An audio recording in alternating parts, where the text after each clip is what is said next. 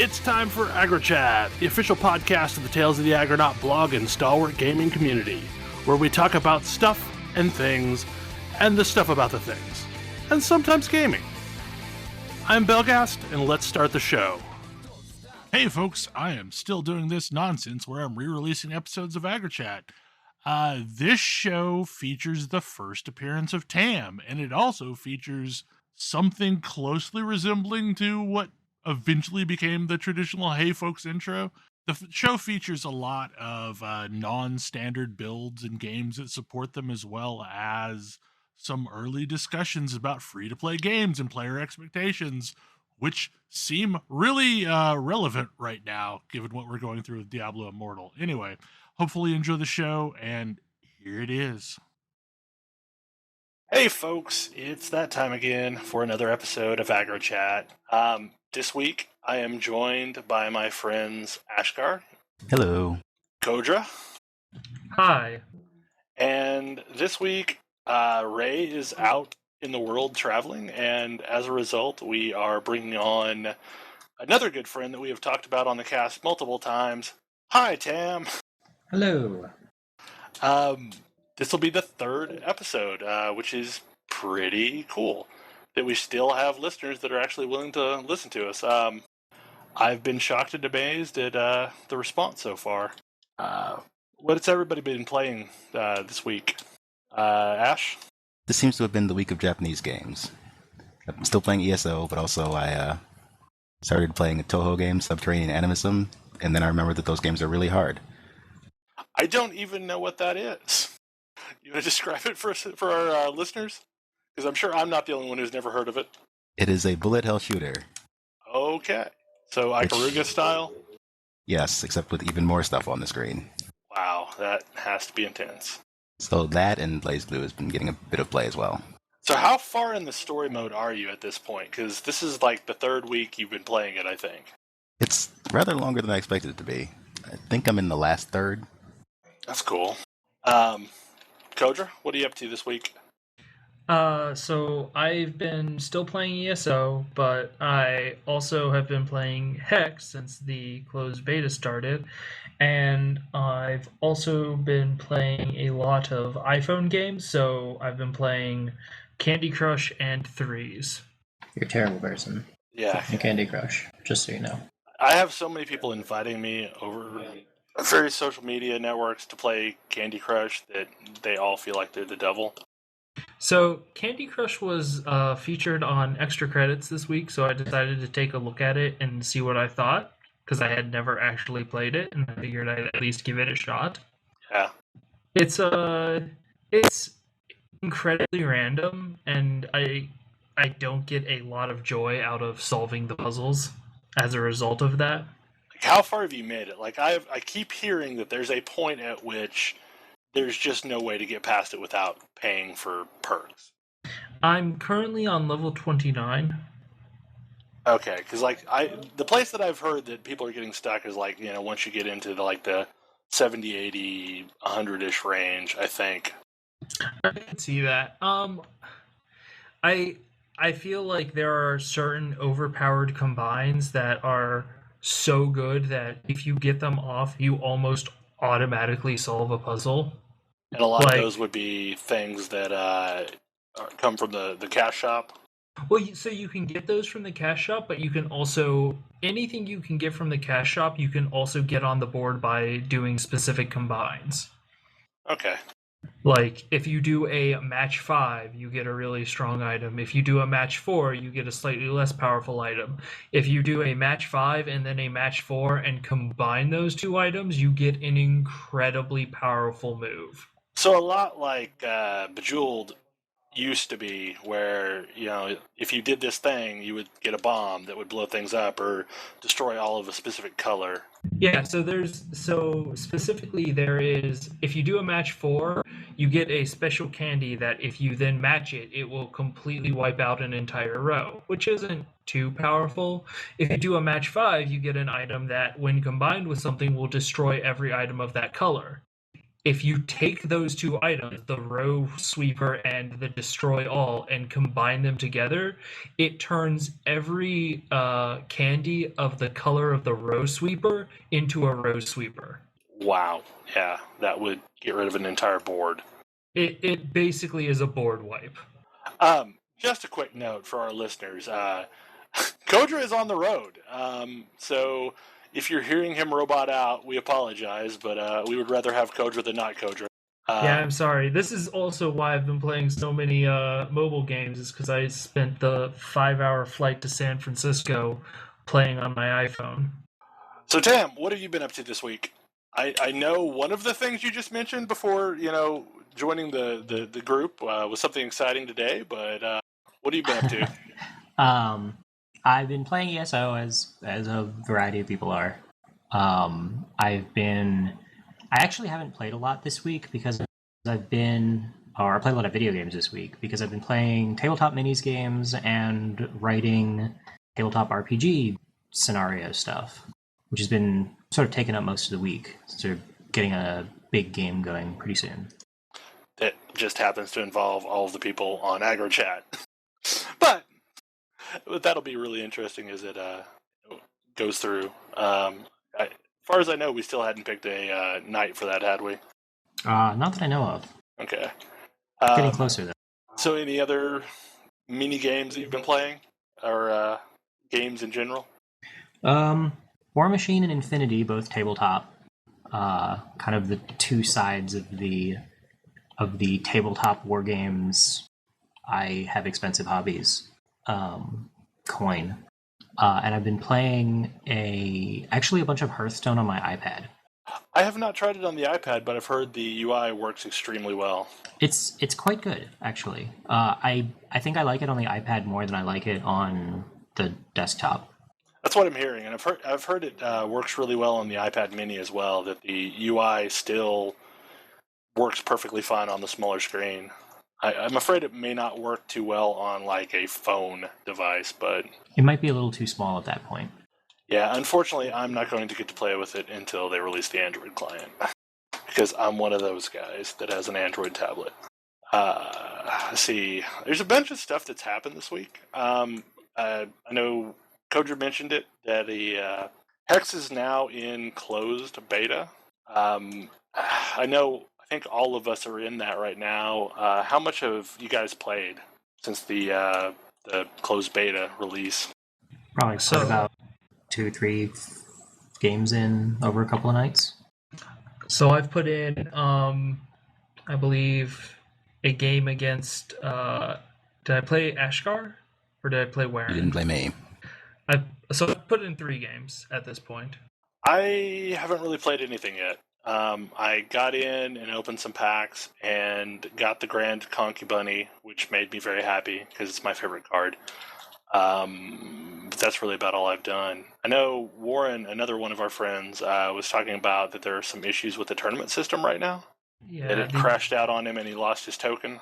The tournament system seems very unstable right now, which is unfortunate because tournaments seem like the right way to play this game at this point. So I've not even seen the way tournaments work in the game. Can you give like a 500-foot view of how they work? So everything is there's real world currency, which is almost cent to cent matching. So $1 is 100 platinum. Packs cost 2 platinum, and entering a tournament or 200 platinum, and a tournament costs 100 platinum to enter. If you're doing a draft, you have to supply the 3 packs you bring, so it costs effectively 700 platinum worth of product to play a draft. But your rewards are gold, and if you win a game, you will at least get a pack. In draft, you'll get 2 packs for winning 1 game, 3 packs for winning 2 games, and then 5 packs for winning all 3 games. That's not bad at all. Is that including the packs that you brought into it, or? Yeah, you draft those 3 packs. So you take those 3 packs and you draft them. So you open them up, pick a card, pass them to the player next to you, and you just keep cycling through the packs as they pass around the table until you've collected the 15 cards out of each pack. Okay, so you're going to get 3 cards worth of packs You're on going to top get 3, of your winnings. You're going to get 3 packs worth of cards from the draft, and you keep all of those drafts, and then you get the packs from the winnings. What this actually turns out to mean is that if you can win 2 games, you basically didn't have to buy any of those packs, and you can then spend 100 platinum to enter the next draft with those 3 packs. So yeah, that totally sounds like the way to play the game. And I'm glad I held a few packs in reserve. I may have gone a little crazy with opening packs, and I didn't have that many to start off with. Like, I didn't pledge in as far as you guys did. Well, Let's not talk about that. I only slacker backed it, so I only had 25 packs. Yeah, that's all I had too. Which I did open all of those. But I will now be buying more packs so I can start drafting, because I really like drafting. Cool. I've been going through the card database to try and formulate some draft strategies. Yeah, now. You're going to go into this game a lot more prepared than any of us will. CCGs are sort of the thing I'm into. So there was a while back in, like 5 years ago, where I was drafting Magic 2 nights a week, and like it was the underworld poker scene of Magic draft. Like, you would show up at the back entrance of a card shop after it had closed up for the night and like knock on the door, and they would let you in, and like you would just come in and draft all night. Were there scary bouncer guys? No, but it felt like that. It felt like that type of thing. It was really funny. You had to know the right guy and the right secret word, and you to had get to in. know the right people to get in. That's funny. But I don't think any game is going to bring that aspect to it in the digital world. Well, it's definitely where I cut my teeth on draft. Yeah. I learned a lot about how to draft there, and I'm still not really good. Like, I am not good at reading tells. I'm not good at sending tells. I'm just able to do a good job at identifying what's good based on what I have open to me. I really liked the few drafts that I did in Hearthstone, and that seems like that would be the most interesting way to go. But everything that I've heard is, unless you're really good, it is a really good way to lose gold in Hearthstone. And I'm hoping, it sounds like that's not the case with Hex. No, it's really not the case with Hex. Although, and I think what is going to allow Hex to do this is it doesn't have any free way of getting product. So did they have trading in yet? No. No. Like, I feel like that's going to be a good thing once trading goes in, because we all seem to want slightly different things. So among our little circle, we'll be able to potentially trade a lot of cards. I feel like there are a lot of things that are coming that would be very helpful, just aren't in yet. Like, even ignoring the entire PvE aspect. Which is, of course, the main thing I went for. Yeah, that was the part that interested me the most, was the PvE aspect and, raid decks and things like that. But the thing I'm most excited about is the fact that it no longer has the skull drilling music on the loading screen. That was awful. Most improved login music ever. That was the worst thing ever. I never want to feel like I'm having my skull hollowed out by a gong again. It was really bad. I don't know how that ever made it into a game. Like, surely that was a mistake. No, nobody could ever have thought that was a good idea. I imagine that a lot of the developers just didn't even notice. Like, they were probably playing, like, their load times were probably fast enough that they didn't even get to the part where it started boring into your skull. Well, it was the login screen. Or they're not playing with headphones. Or they're not playing their own game. I mean, they're almost certainly playing it, but... Yeah, they might not be playing with headphones. Or they may not be playing with sound. They may be listening to music or something else. Or they just aren't... They're like talking to each other while they're working. Or they've heard it so much that they've gone numb to it. I don't know. I don't think that's even possible. Yeah. It's... I don't know if I can dig up the sound, but I would consider editing it in just so you guys can hear what we're talking about, because it quite possibly is the worst sounder ever. Why do you hate your listeners? I mean, it's. I think it beats Nails on the Chalkboard as the new worst sound ever. But anyway, it's interesting to see how it will evolve as it goes into closed beta. And I really don't know what the difference between closed beta and closed or alpha really is as far as functionality. You can now spend money on it. Okay. Yeah, you can now spend money on it, and we don't cards have, are there to keep. Yeah, and we don't have access to every single card ever. Yes. Okay, yeah. I'm assuming there's going to be wipes. Probably. Yeah, I mean, card wipes? I would assume. Seems kind of likely. If you even so that's an interesting concept. If I've spent money on something and then you take it away, are you going to give me those packs back? So Probably. how it worked in Hearthstone did that, I believe. Yeah, how it worked in Hearthstone is there were multiple wipes, and what they did was you got some kind of a special bonus for helping them test the monetary systems. And then in addition, you got gold equivalent to whatever you bought on the store. And what was cool about that was you could choose to use it in a different way. Like, if you didn't want to buy back all those packs, you then had... And I guess Hearthstone has this... I mean, not Hearthstone. Hex has the same kind of thing going on for it with the Platinum system. They could just give you the Platinum value of your packs. Although, with the backer stuff... That would be an awful lot of Platinum in some cases. Oh, it would. It would be... it would be crazy, the amount of Platinum people would have. But... I don't know. Either that or you just get the... I don't know. I don't know how they'll do it, because there's a certain amount of stuff that you got as a backer that you got... The $90 pledge, for example, came with 90 packs. Yeah. Well, and the stuff that you were getting as a backer was worth... It cost you less than the value in-game would be, so I could see them wanting to swing towards just giving you packs. Although Slacker Backer definitely wasn't that way. No, it wasn't.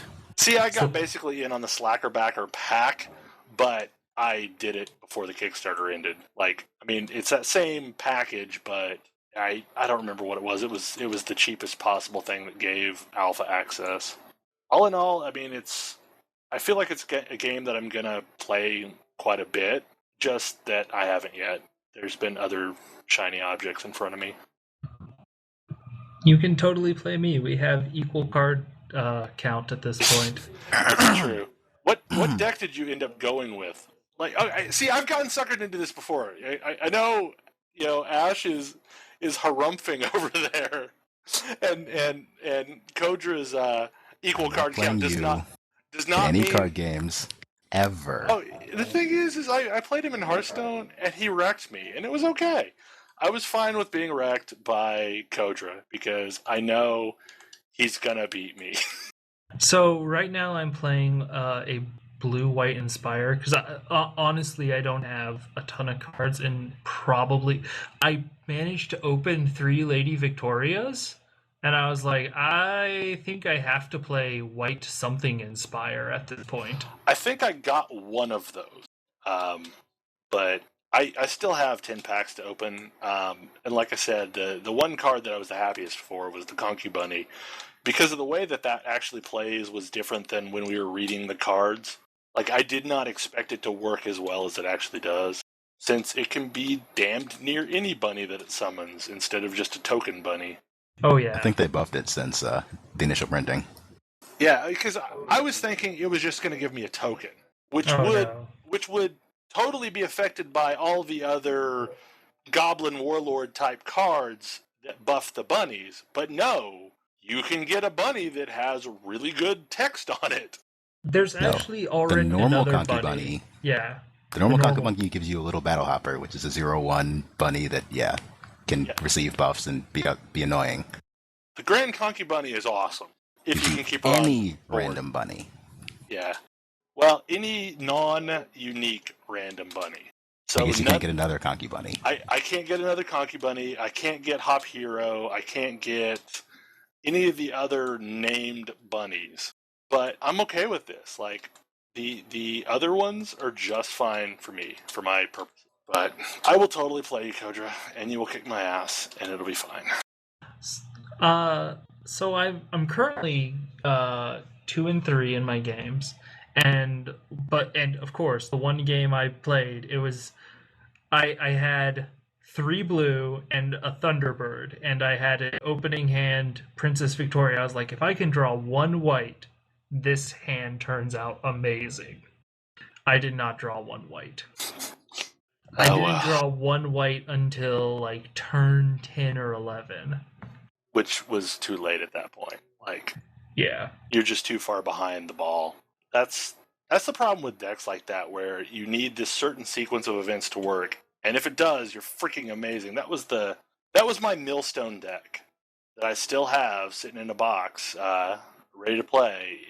My card denial deck was, if things went perfectly, it was brutal, but things never went perfectly. I got my 1 win against Dino. What? Kodra. I got my win against Oh, right. Kodra. I forgot I played you. You did get that win. I no longer need to play you anymore. So I'm 2 for 2. I forgot about that one. What? Oh, were we playing like mirror match in that game? No, you were playing dwarves and I was playing the humans. Or were these stock decks? Yeah, these were the stock decks. I've not played the dwarf deck. Is it any good? It's okay. Is it mostly artifacts? Not really. Like it has some really big holes that need to be fixed pretty quickly, but it does have the ability to drop artifacts and dwarves and turn them into warhawks, which is really a great answer. It also has Ingenuity Engine, but I'm not a huge fan of Ingenuity Engine. And what does Ingenuity Engine do? It taps to give you a random artifact. And it's typically a really good artifact. The problem is it requires you to tap 10 artifacts or 10 robots / dwarves to bring it into play. Wow, that's really costly. Yeah, and you can do it over the course of several turns. Yeah, but over the course of several turns. But that's still, I think, a little bit too much of a tempo. Okay, so you could use it with whatever isn't currently in use and tap it and slowly pay the cost over multiple turns? You'll wait until your opponent's end step and just tap down everything that's not currently tapped down. Okay. I could see that being really good, but I could also see that being really damaging. It just takes a long time to get going, whereas the Warhulk only takes 5, and I seem to get those up and running pretty quickly. And for each one, it's beneficial, whereas you're not waiting for a long time to get, another artifact on the board. So that was Hex. Another big thing this week was the making more public the Archeage Alpha, and I assume it's Archeage. I'm not really sure how that's pronounced, since there's an extra letter in there. Archeage. Archeage. Is that literally how it's pronounced? I don't know. Because people are calling it that, and I'm not sure if that's real or... So I got an email on this, and I was trying to figure out why I would have signed up for it, and I think what my brain was doing is at some point I thought it was a rebirth of the Archmage the Resurrection game. Wow, that's a weird sequence of events there. Yeah, because I really liked the Archmage the Resurrection browser-based game from way, way back when. I'm not really sure if this game is in the sweet spot for any of this, or any of us here, but it looks interesting. Like, I've been watching some friends, like one of my friends, Kiwi, has been streaming it pretty much nonstop, and it seems cool. It seems like something that I would be interested in potentially, but I'm just not a big fan of the buy-in right now. My previous experience with Korean MMOs has taught me that I don't actually need to get interested in Korean MMOs anymore. I know. That's the problem. Is it looks really good, but I'm kind of burned from playing other Korean MMOs. What other Korean MMOs might I have played? You definitely played Ion. Yup. I don't know if you played Terra or not. No, although everyone tells me that that's got the best combat ever. I don't know if you played Dragon's Prophet or not. No. Yeah. Guild Wars 2 is built on a lot of Korean sensibilities. Actually, it's heavily westernized, but I did play Terra like I want to say I might have played Terra at when I went to visit you, Tam, I think yes, that's true. and I played for 20 minutes before like putting it down in disgust. Terra has like some interesting things going on, but the total package was just, I don't know. It has an interesting combat system, but it has possibly the worst 20 minutes of an MMO I've ever played. I'll definitely agree there. Yeah. The entire starter zone experience was horrible. Like, I thought it was just horrible. Was it Ion or Terra that you played? I played played both. Ion. Because I know I've played both. I was a tank in Ion. I actually had a decent amount of fun as a tank in Ion. Because like, And then you hit level 20 or 25? yeah, so I got out of the first zone and I was kind of frustrated because, yeah, the first zone was good. The second zone, not so much. That was pretty much my experience with Ion as well. I had the whole Conan issue. Like, you've got this fun first area, and then I don't like anything after that. Yep. That was also my experience. Tortage was really cool. Like, I liked the experience, the way the gameplay felt, and then you got out of Tortage, and it was horrible. I picked the wrong class in Ion. What were you in? You weren't alone. I picked a rogue class. It was bad. I picked the Chanter. So I actually had it even worse than you. Ray, on the other hand, picked the right class and was a hunter, which is apparently the most enjoyable class in Ion. I had a really fun time tanking in that game. Did you play that game, Bell? Yeah, I played it, I didn't play it at release, but I was in alpha, beta, something for a long time. So doing the open world group quests were really, really rewarding for me.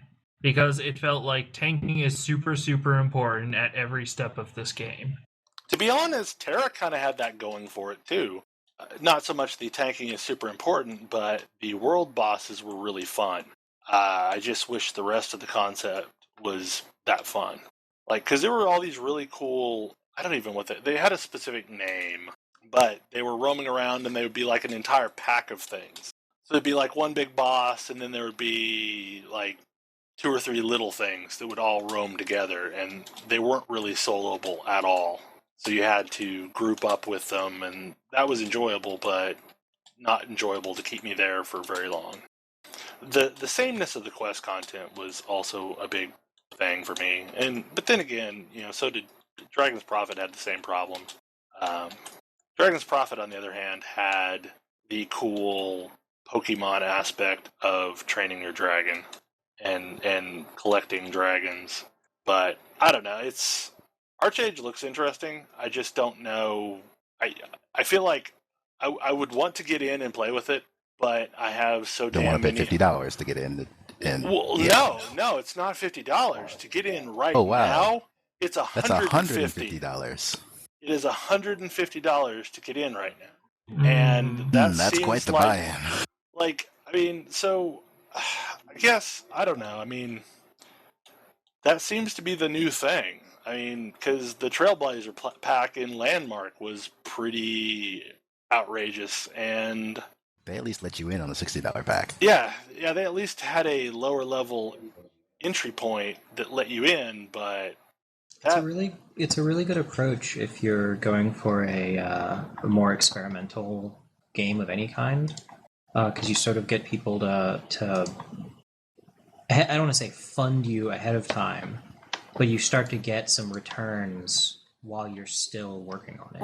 Right, and the people that are willing to buy in at that rate are pretty committed to the idea. They're either going to hate it and rage that they spent that money, or they're going to be big-time supporters of your game. But I don't know. I don't think that's necessarily worked out that well for Landmark. Because if you've gone out to their forums, the people that are Trailblazers feel very entitled to a certain level of, I don't know, influence.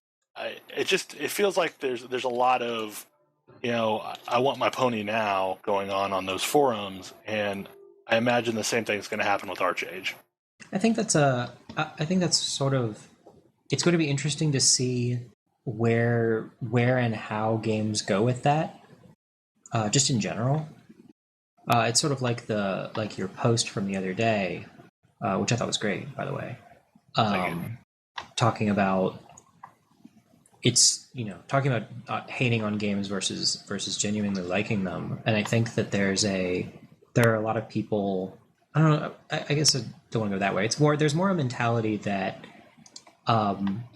games are constantly updating, and they're updating in response to to what the players are doing, and they're no longer really a thing that you create and then put out there. Right, they're a constantly moving target. Yeah, and so there's that sense that you as a player are an active part of the process, and so whenever the process doesn't go the way you want it to, people get frustrated. And I think it's very much a double-edged sword, because I would say Landmark is both better and worse for that level of interaction. Because there's been a lot of things that have changed. There's been a lot of things that the players have figured out how to do that the devs never expected them to do. But there's definitely it's not widespread. I mean, this is not every player of Landmark, but there's definitely a handful of trailblazers that feel or at least post with a sense of entitlement that they're funding this expedition, so it should do what they want to do. Yeah, it makes it very worrying, or I imagine it makes it very worrying on the development side. Do you have the freedom to follow your game's vision, knowing that some people won't like it? Well, and I think this is what we're seeing is a side effect of Kickstarter. That whole multiple pledge tiers type mentality is now being accessed by Sony and Tryon and a few other companies to get the money now and, I don't know, gate access to their product early.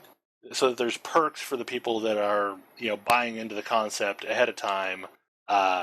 And it very much feels like a Kickstarter type thing happening in a non-Kickstarter environment. I would also point out that, I mean, so in that same vein of people being unhappy with where their Kickstarter went, the Oculus Rift is obviously something you have to talk about there, because oh yeah, totally. That's a Kickstarter that happened, and as I understand, was largely fulfilled, and then people were like, hey, we didn't kickstart this so you guys could sell out to Facebook, and now people are trying to get their money back from that. Well, I mean, the answer is you absolutely did. The Oculus Rift is exactly what a successful Kickstarter wants to happen. Yeah, they fulfilled the conditions that they did exactly what they said they were going to do in the Kickstarter. And then what comes after is really, honestly, none of the people who pledged business. And that's the problem is players have a sense that companies should do things out of the goodness of their hearts. And to some extent forget that all of these companies are businesses. They need to survive. They need to have a solid business model that involves fees and services and all of these things. And especially in a Kickstarter situation, they expect, it's going to be totally altruistic from this point on. And nobody goes into these things. I mean, sure, there's the guy that came up with the idea that just wanted to see it made, but I don't feel like that they ever would have made any traction if they also didn't have a solid business plan. And when there's a solid business plan, there's an expectation that eventually they will reach a point of profitability and make money doing what they intended to do. And I see this when players complain about games and things like monthly subscriptions and cash shop fees. This is a business. This is not open source. So I am going to lay a fair amount of this blame at the feet of Tim Schafer, because when Tim Schafer came out to Kickstarter and made that first pitch for, hey, let's do an adventure game. It really was, hey, I want to do something awesome. You guys should give me money and I'll give you something awesome. And it was entirely sold as this super altruistic, super I'm just doing this for you guys type of a deal. I want to do then- this, and then every Kickstarter for like all of the video game Kickstarters with big names attached follow that exact same model. And I feel 'Cause like you're every successful. single one of those Kickstarters, though, was some semi-famous games industry person wanting to recapture the glory of whatever made them famous in the first place. Because there's a It whole tot- string of those that are like, it totally was. let, but let, that's- let me create this the way I always wanted it to be. But the They problem vary in is, quality wildly. well, they do vary in quality wildly, but they're also not sustainable. Like, I feel like Tim Schafer is probably the exception to that rule, to where he's stable enough to probably make it work and come at it from a place of altruism. But most people can't. You know, they need to eventually reach a point of profitability. Yeah, and I'm sure enough people will eventually buy Shroud of the Avatar. it makes me Yeah, me think no. of I have no interest in that. Sorry. Enough people bought Shadowrun Returns. But Shadowrun Returns was, I don't know, I feel like Shadowrun Returns had a very simple scope. Like, it was this thing, and it was achievable. And a lot of these other let's wallow in my glory days projects are so outrageous in scope that they may never see their true fruition. I don't know. Maybe I'm just jaded about that, but oh no, you're not the only one. I mean, I know that's harsh to say let's wallow in my glory days, but that's what they feel like. Like, I'm I sure did Shroud this of the thing. Avatar will eventually come out. What it is when it comes out may be completely different than the pitch, but I'm Well, sure that- something will eventually be released with that name. And that's the thing, is a lot of these projects do change drastically from the initial pitch that got funding. But this is though That's just video back- games. Yeah. Back to that original point though. This is why players feel like that's the mentality players are coming into all of these games with now. Is the mentality of I backed this and like we're gonna do something cool and we expect these companies to be super altruistic. That's why, because that was the expectation set for them. well, and I feel like a lot of it comes from the indie game market too. Is that kind of has that goal of altruism to some extent. Like, I mean, people expect everyone to be Notch, to build something on their own and it to be crazy popular and give a lot of free stuff back to the community. But I don't feel like, especially when you're talking about AAAs, and that's what these games are aspiring to be, is essentially a indie AAA. Let's be Yeah. completely clear here. Minecraft for the 360 has sold more than many, many, many AAA games. Oh, totally, but it didn't start that way. But No. he has all the. I mean, Notch has money to burn at this point. So, but he didn't at the very beginning. I don't know. But I feel like that mission of It's- altruism comes from the indie game market too. It's funny because Notch has also balked on some of these fan projects, even after like he's been like, I'm totally in. The one that Yeah, comes like the real world Minecraft movie thing. well, that I'm he shut actually so there was some talk about like Tim Schafer was talking about how he really wished he could make Psychonauts too. And then like in a tweet, Notch was like, Let's make dude, this I've happen. got money. Yeah. Let's make this happen. And then, like, when he found out what it would actually take to make that happen, Notch got pretty quiet pretty quickly. Yeah. I mean, I'm not picking on Notch. I mean, he does a thing. He does it interestingly, and I have played the shit out of Minecraft, so I've had more than my fair share of fanboyism over his product. But I don't know. I think there's a false sense of altruism that just isn't there. Like, I mean, all these companies need to reach a point of sustainability with the product, be it Landmark or be it Archeage, you know, or the Kickstarters that I feel like players read a lot into the world that could never possibly be there. Like, there has to be money because people have to eat and have families, and they can't just give the product away. I feel like I rambled off in a really long way around just to say people need to eat. And Well, it makes me think, like, anybody read sci-fi? A bit. Ever read the Heinlein, The Moon is a Harsh Mistress? I've not read that, no. I have not read that, but I've read a lot of Heinlein. It's really good. I read it a long time ago. But the quote from it that sticks with me, they sort of return to this concept that there's no such thing as a free lunch. And anytime something is free, it's follow the money. Like, why is that being given away for free? Is there something else of greater value that they're getting from the fact that it's free? Yeah, like Facebook. Facebook is free because because you are not the customer. You are the product. Yes. In a game, games aren't free to make. Like, they don't just appear out of nowhere. I mean, they have fixed costs associated with them of personnel and tools and time. And a lot of the more successful free-to-play games, really what they are doing is they have figured out how to make you feel good about spending money on them. League of Legends is great at this. I feel really good about almost every purchase I make in League of Legends. Well, and honestly, like, I felt good by giving Wizard 101 some money because they created this charming little game that we played that one time. That's the only time I have ever played that game. But I totally gave them $5 because I feel like I got at least that much of enjoyment out of it. Yeah. And in related news, I have made it my objective to play Candy Crush without ever spending money on it. Because, honestly, Candy Crush is probably more interesting when you are spending money on it. Yeah, it's more of a game at that point.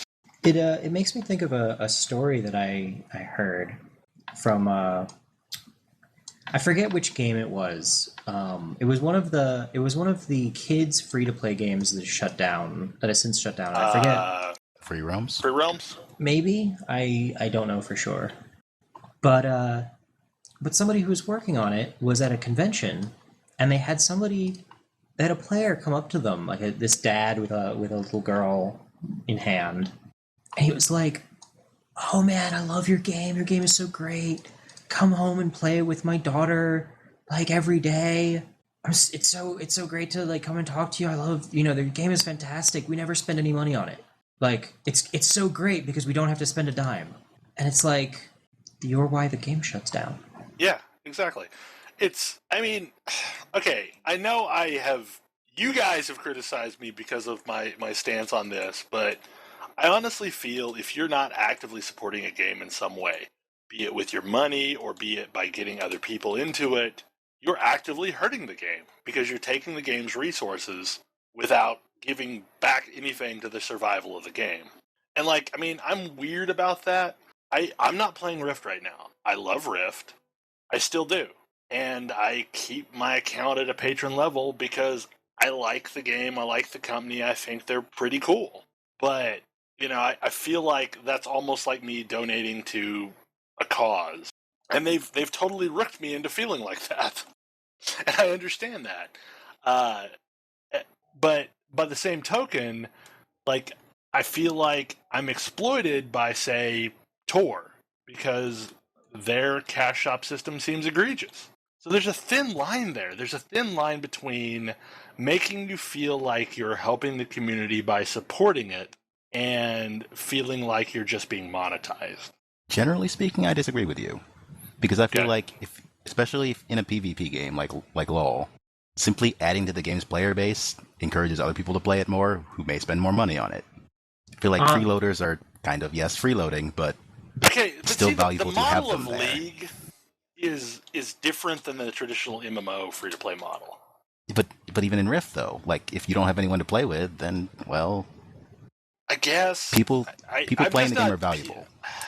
I will from a say PvP that aspect, I could see yes. You were an opponent waiting for somebody there, but like I don't ever play the PvP aspect of a lot of these games. Obviously, I do in League, but League is its own little beast. I feel.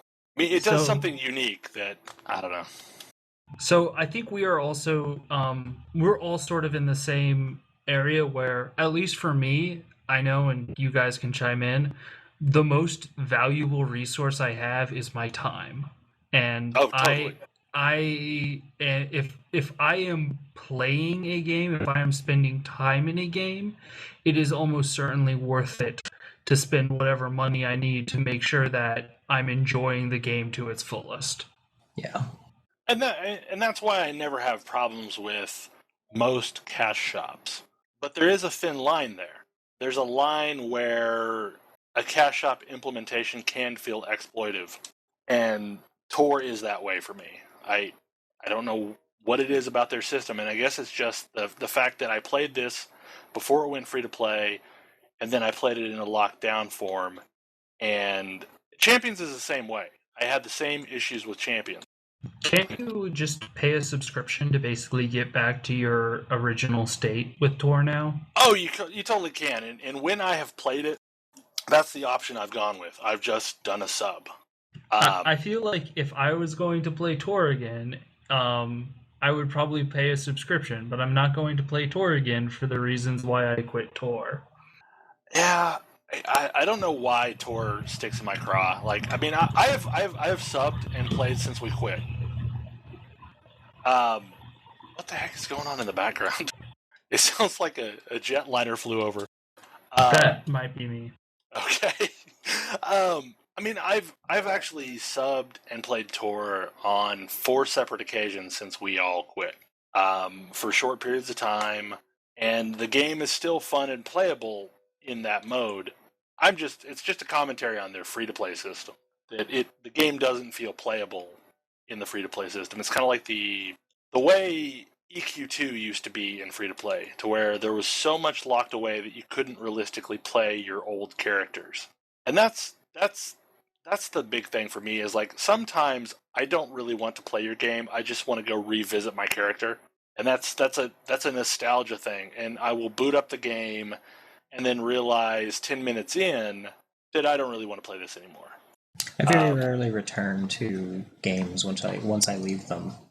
Oh, I do constantly. I am forever returning and playing another game. Like, you know, I've been getting the itch to play Rift. So I know at some point, once I crawl out of the hole that is ESO that has gotten me, I will boot up Rift and play it and probably stream it. But I don't know. I feel like I may By be the time the you get to most that point, nostalgic. Crackler might be out. Well, I feel like I might be the most nostalgic of the 4 of us currently. Like, I suffer from massive nostalgia over things like that. Probably a little bit. Yeah, Rift's ability design means I'm never ever going back to Rift. I have tried. You hate just the macro can't get into system. You hate having the macro, and I totally get it. Like, and I'm almost there. I don't know. Like, I feel like there's a bunch of extraneous abilities that don't need to be there. And the big reason why the expansion content didn't grab me so much is it felt like it was just so slow, but meaninglessly slow.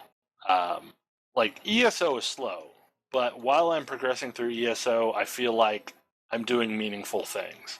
Storm Legion, it just felt like I was trudging along. I think that Elder Scrolls Online and The Secret World have broken me from any game where I can have more than a limited number of hotbar spots. So speaking of a limited number of hotbar spots, have any of you guys paid attention to the supposed paring down of WoW? I read No. the 5 pages of patch notes. Yeah, there's a lot of abilities that just won't exist anymore. And they're not extraneous abilities like, you know, what was the Eyes of the Beast? They're major abilities, like Blood Boil, for example, on the Death Knight, simply will no longer exist. Steady Shot and whatever that Hunter ability was that did the same thing don't both need to exist. So, good riddance, honestly. Yeah, that was a But I feel like that was one of those situations where they could have a class-specific swap so that if you're in Beast Spec, you now have this ability. Because that was what happened anyway. You didn't need both abilities. Playing the So- UI isn't fun. So my issue still with this is what that still means is that almost every hunter is the same as every other hunter. Well, That's You're what still- class means in a lot of games. You still have all of the same abilities that are going on the bar. Whereas with the Secret World, I'm able to customize myself, and that feels really cool. Like the thing I'm doing in my build is very specific, and it might be something that not a lot of other people are doing. Well, and that's the place that both ESO and Secret World excel. Like, I feel like my tanky Dragon Knight is my tanky Dragon Knight. It's not like anyone else's. It's not doing a specific thing. I've built into this a certain way with a certain flavor through this series of choices that I've made that makes me somewhat unique. And in the Secret World, I felt the same way. Like, Warren and I both used pistols, but the abilities that we used were vastly different to where we weren't even close to the same class. If you think of class as I don't know. Weapon set is the closest thing that game had to class, yes. But it was vastly different. Like, I felt like I could do my thing, and where that game broke down for me was when doing those unique things that we wanted to do were no longer viable. The pitfall Yeah. with customization is that frequently there's the one right way. And if you figure that out, then you're successful. And if you fail to figure that out, then you have either messed up your character or you are non-viable in some way. So, and a game that does this very well is Diablo 3, actually. I feel like when we were playing that game, there were a ton of different builds that you could do for each of the different classes. And maybe this gets less true in Torment, but at least for the level we were playing on, it was pretty neat to see all the different build types. So, what do you guys think of, say, a game where, I don't know, using the Secret World as an example, or maybe Secret World's a bad example, or ESO, or any of the limited hotbar style of games. How would you feel about, having to swap them out on a fairly regular basis based on what you're doing?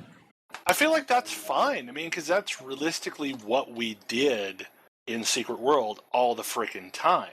But Guild Wars also, the first one rather, required an approach similar to that. Yeah. where we tried an encounter, it didn't work, we swapped some abilities in, we tried it again, it didn't quite work, we swapped and kept refining. And I like that evolutionary style of play. It's just that you need to be able to support that without completely changing what your goal is in mind. Like, there should be a wide enough palette of abilities that you can swap in to make your flavor of that work, and not just switch to the one build that works. Yeah, here's the ability, put this ability on your bar, win. So this was actually my favorite part of doing like really old vanilla content of raiding, when we would get stuck on a boss and we would be like, okay, let's look for alternative solutions, and we would kind of comb our way through all of the abilities that people might not use and see, hey, could this be useful? Hey, could this be useful? Like, doing that sort of discussion was probably some of my favorite parts of vanilla WoW dungeons and raids. Well, and I've liked that in other games that we've done that in. I mean, to some extent, we've done it in ESO. We did it a lot in TSW, where, oh, hey, we need a purge for this. What can we bring to the table as far as purges? Oh, you have a procky purge. You have a permanent purge. And trying The problem to with situations like this is knowing when you need to do that. Yeah, things could be messaged better, but I do like that evolutionary style of trying encounters. The what that unfortunately led to, though, was, I don't know if you remember this, but Like the healing build was fists plus pistols because there was I know, but the situation there was in Secret World they had certain trees that had abilities that simply weren't echoed elsewhere. yeah, And that like was the problem. Like there was this one thing That was that a did problem. this thing. Well, okay, it there had were multiple problems. there were a lot of balance problems in the Secret World, and I feel like that style of play exacerbates balance problems. Yeah, when I've spent, my entire character's when I've spent my entire character's lifetime building to a specific thing in the specific way that all of the messaging suggests to me I should build it, and I get to a point and I find myself failing, as I did in the Secret World, and the spare, a spare handful of skill points on somebody who's never tried it has them outperform me in spades. Like that's kind of where I quit. I'm like I've wasted my time, and the amount of time I would have to spend, like every time I log into the Secret World, and I still do and I still play, but I look at, the 30 abilities I would need to buy to get to where that character would need to be based on what we learned, and it's just like, ugh. Well, and the problem there was there were definite right and wrong answers when it came to healing, instead of a series of different but equal answers. There were right and wrong answers to every single aspect of play. There was a right tank spec, there was a right DPS spec, and there was a right heal spec. And unfortunately, none of us really wanted to play the right spec for these roles. We found the others more interesting. I was probably the closest person who was willing to... So I was swords, hammers, and the answer to tank was anything but swords and hammers. Like, chaos plus either sword or hammer was the correct answer. But I was willing to do that. But, I mean, other people were playing melee builds, and melee builds were just completely non-viable. Right, and I had the weirdest fetish build ever, and it wasn't viable once you got to a certain point. Like, it survived. I limped along as I did because I could back out to ranged and had a shotgun finisher, but it quickly became to the point where, and that's the reason why I picked up pistols, is I was never getting to use the blade stuff. Like, I was never getting to be in close enough to use the blade stuff. That was kind of the issue with the game, was that everything was totally fine up through elites. Until you got into nightmare modes, everything was totally fine. And then once you got into nightmare modes, nothing was fine anymore. Yeah. You had to be the very specific builds. But unfortunately, we've lamented that point a lot. we have eventually gotten down to this lament, I think, on every single episode so far with Secret World, because Perhaps it left an impression. I know that game was so brilliant in certain aspects and so frustrating in others. And I don't know. I may be naive in that I feel like ESO so far in what we've seen seems to be less punishing to alternate choices. I think it's punishing in different ways. But Currently, if you want to do AoE damage, the correct answer is Impulse. But apparently we're ESO fanboys. It's totally true. That was the viewer feedback I got. That was hilarious. Yeah. I don't know. I feel like maybe I just have more patience. Or maybe it's because I've played so long and I've learned ways to work around issues if they arise. But I mean, there are people that have posted, that this is horribly buggy, and it totally is. Like, there's a lot of stuff that is buggy, but it just doesn't seem to bother me that much. Like, I had a situation happen earlier today where I was working through a quest chain and I could not get it to work the way I thought it was supposed to work. So I tried a bunch of things. I logged out. I left the area. I logged for 5-10 minutes to see if I would get a different server. And finally, I dropped the quest and I bugged the quest, and I dropped the quest and retook it, and then I realized that I was totally doing the wrong thing. Like, I was doing the thing that it told me not to do in the quest chain. I just didn't realize what the back door to the ruins was. So I'm wondering if, like, some of the player complaints have been things like that, to where they just misread the quest, or they misread what they were supposed to do. Because I totally thought the quest was bugged until I realized, oh crap, there's this other door that I didn't even notice that I was supposed to go in, because it told me to go into the back door. I don't know. I mean, it may just be that I'm less ragey about such things.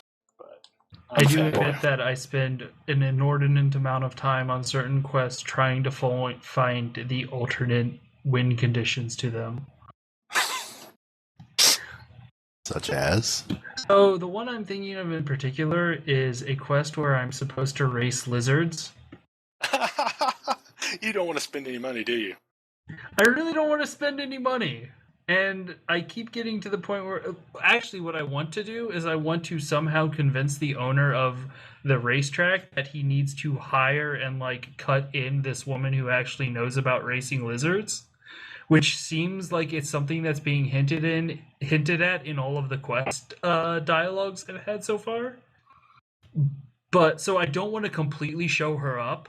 I want to try and find the lizard that is able to get me past the next step, but that she'll be able to beat, and then therefore, like, somehow come in and gain ownership of this racing facility. But there are so many quests which I want to go back and try again, just because there are so many different ways of completing them. It's like the narrative uncanny valley you're describing. Where the fidelity, it's a high enough fidelity that you expect it to have something other than if then else logic applied to it. Yeah. I have that too. Like, there's a lot of alternate things that I wish I could do dialogue wise that would be a far better ending to a quest, but I can't, because it's if then else. But that I mean, I don't know. I think a lot of the quest options are really good, and they just don't always end up the way I want them to. The game, so a lot of the game's quest permanent choices don't start paying off until, like, you've already played the game for 2 days, which I think that's something that you aren't getting to see. Like, the world shaping changes that you get to make with quests don't pay off until zone 3 or 4.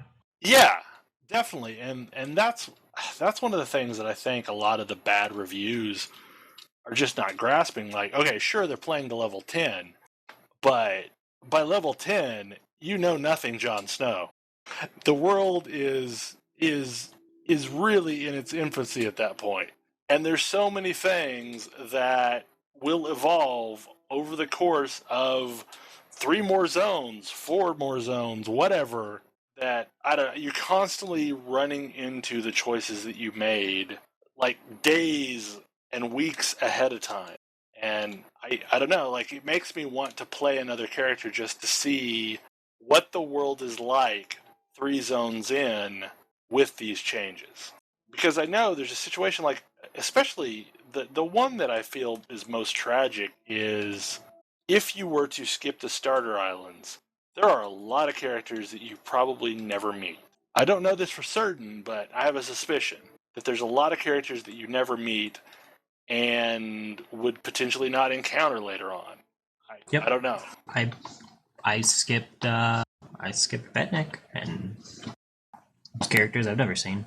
There are entire quests that you don't get to do because you skip Betnik. And that was the way, like, I feel like this is a great payoff, and that was why Mass Effect series is so worth repeating, and especially playing through from 1 to 3, is having done it both ways, having played them as single games and having played them as a grand replay through a couple Christmases ago. there's so much stuff that I never saw in only playing the one game without Is this the popping same up bell there. I know? I know. But it was impressive the amount of decisions that you never even encountered in that game unless you Really played it all the way doesn't through. help. You do know that that now you have forever recorded for posterity a story-driven, cutscene-heavy I know. video game that you're just gushing over. I know. Every time you tell me that you don't want to play X or Y game because it's not many open cutscenes. enough, there's too many cutscenes, I'm gonna remember this. I know. But it's true. Like that's been the so there's a series of these games that I really do love, and unfortunately they're all BioWare. I love Dark Age, Whoa, or not Dark Age, Dragon random Age. BioWare burn. What was that all about? Well, I mean, not unfortunate for the fact that they're BioWare, but unfortunate for the fact that I've not Other found people? another company that has made me want to do this the way BioWare has. Gotcha. Like, I mean, BioWare could probably sell me a game about toast, and I would be on board with it, or at least give it a try. Does that mean they could also sell you Dragon Age 2? I like Dragon Age 2. I am one Right of then. the few people that like Dragon Age 2. I enjoyed it because, I mean, sure, it wasn't my character, and that was frustrating as hell. Judging by a Google image search in the time it took you to finish that sentence, I would say that it's not a small number of people who share your like for Dragon Age 2. Probably not. I know Lady Jess has spent an inordinate amount of time starting Dragon Age 1 and importing them into Dragon Age 2. So as much as I like the Mass Effect games, I think my favorite like cutscene heavy story driven game has got to be the Deus Ex series. Last of Us. I want to play I- Last of Us so I have bad. yet to play it. You should play The Last of Us. Yeah, I really want to play Last of Us. I think it. I don't know. I think it will be another game that the payoff is worth the wait, and that's ultimately the problem I have with story heavy, cutscene heavy games. Is I wade in for an hour, and if the game doesn't feel like at that point that it's going to be worth the effort, then I jettison. I don't know. You like Mass Effect? What? I was about to say, I think I you didn't just play Mass described Effect 1. I didn't play Mass Effect 1 until I loved Mass Effect 2. Like, I thought I Mass think you Effect 2 just was great. described. I think you just described all 3 of my playthroughs of Mass Effect. Really? Yes, I Like- played Mass Effect 1 for about 2 hours, gave it up in disgust, came back like 6 months later, played it again, powered through, and then found I loved it. And then immediately purchased and it started playing Mass Effect 2. And then played it for 2 hours and immediately gave it up in disgust. Really? See, I loved Mass Effect 2. I thought it was cool. I did not play Mass Effect 1 until I was already sold on the concept. Series. Yeah, I was sold on, I want to know why the decisions that it gave me happened.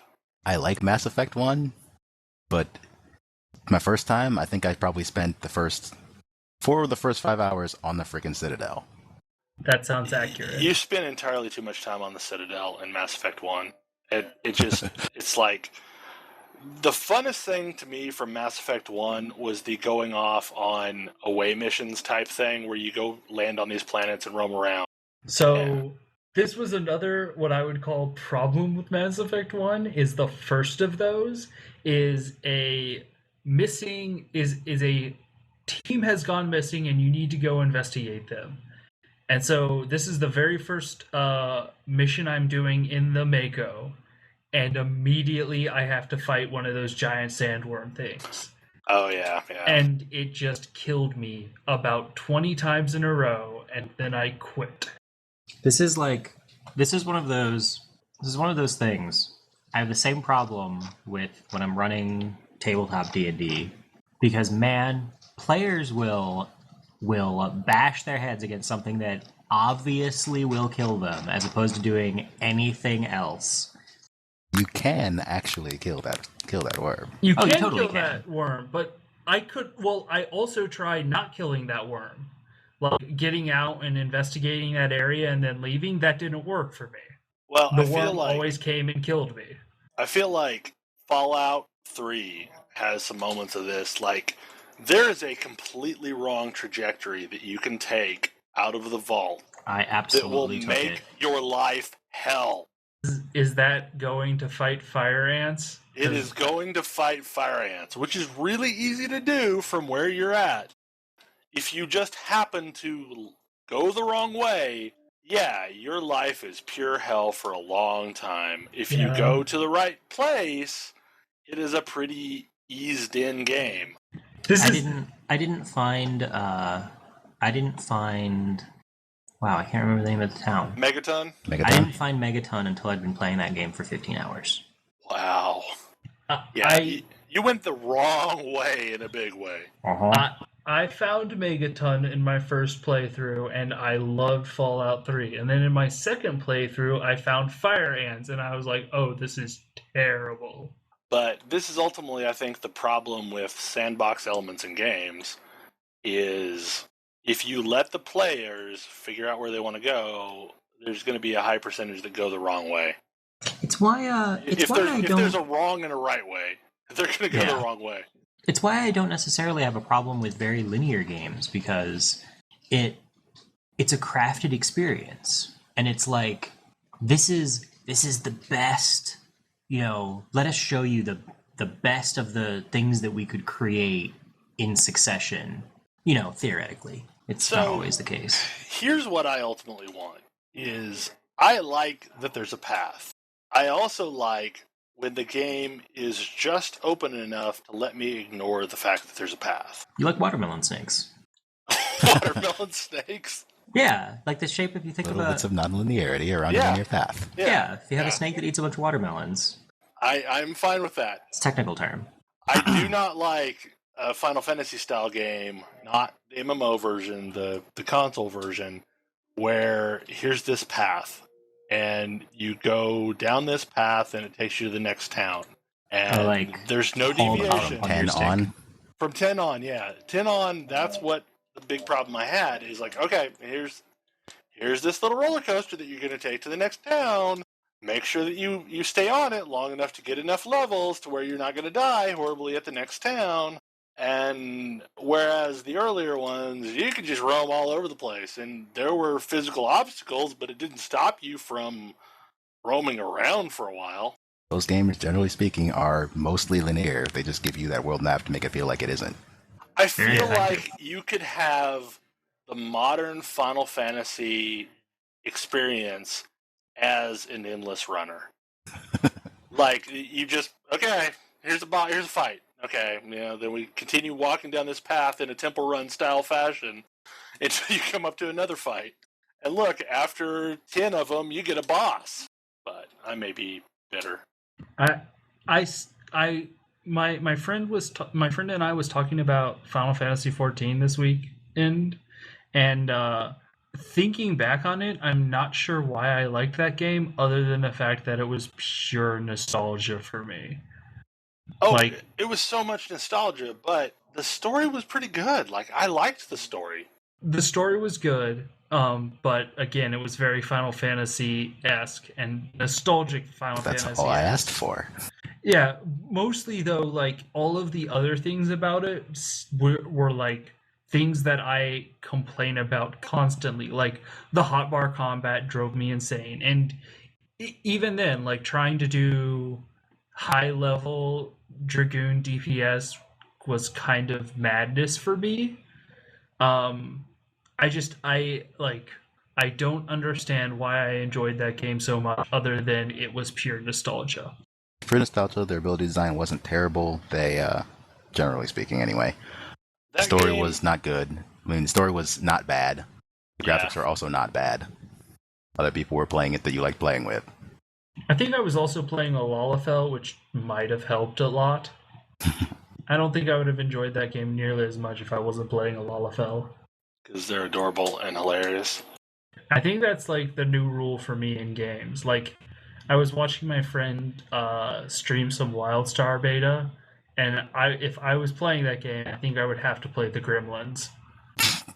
That's the only thing I could ever think you would play. Honestly, you would make a Ziggs out of that race and be happy. Kodra is now a gnome player.